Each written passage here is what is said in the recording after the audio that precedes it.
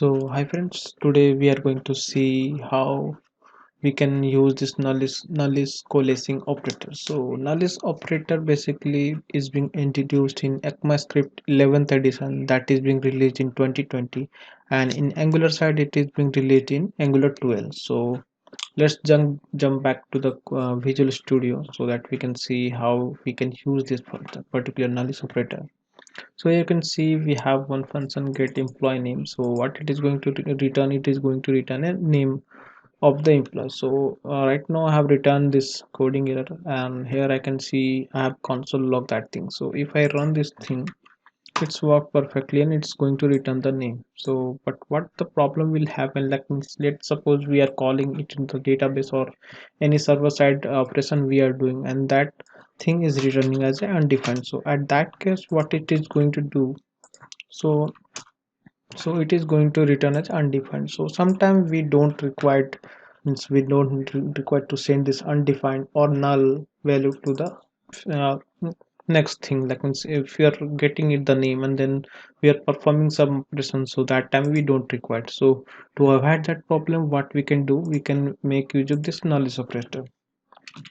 So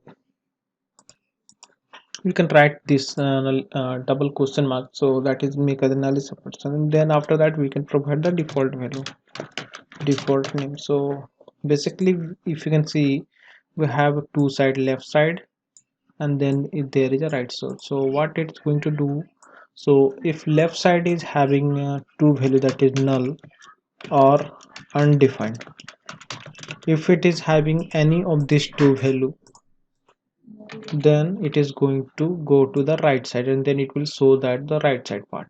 If it is not having these two value, null or undefined, then it is going to throw this left side value. So let's try this one and just save it, and I will run it again. So here you can see you are getting this default value. I will clear it, and so also for the null also you will get the same thing. So null also you are getting the null default value. But before this nullish operator, we already have one or operator also. So basically like it was having the same functionality that we are using in the nullish operator. So but why nullish operator is being very useful instead of this or operator? Because if you can see, for or operator, these are only the not two condition that it will satisfy. So basically it is going to do operation in different way, like means what or condition is do, like means if this left side is false, then it is going to show the right side, and if it's true, then it is going to show the left side. And what does false means, like if you can see, I will have some set of value that will come under the false value. So if you can see 0 is also false, if it's empty string, that is also considered as a false, nan value, that is also considered as false, and null and undefined also considered as false.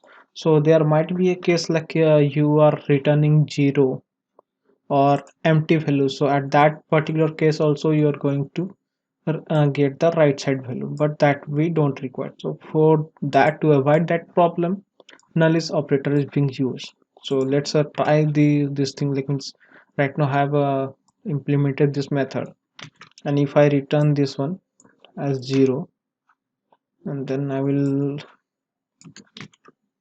write this two method in both the file, and then I will provide the default value. Here I will provide 60, and here I will provide 40. So if you can see, if I run it again, here you can see you got 0, and in the right below part or operator you got 40. So what, like means 0 is a correct value that we want. So that is being done by the nullish operator. So in the or operator, it is going to create take as a false value, and then it is going to provide the right side. So that's it from this particular video. Thank you for watching.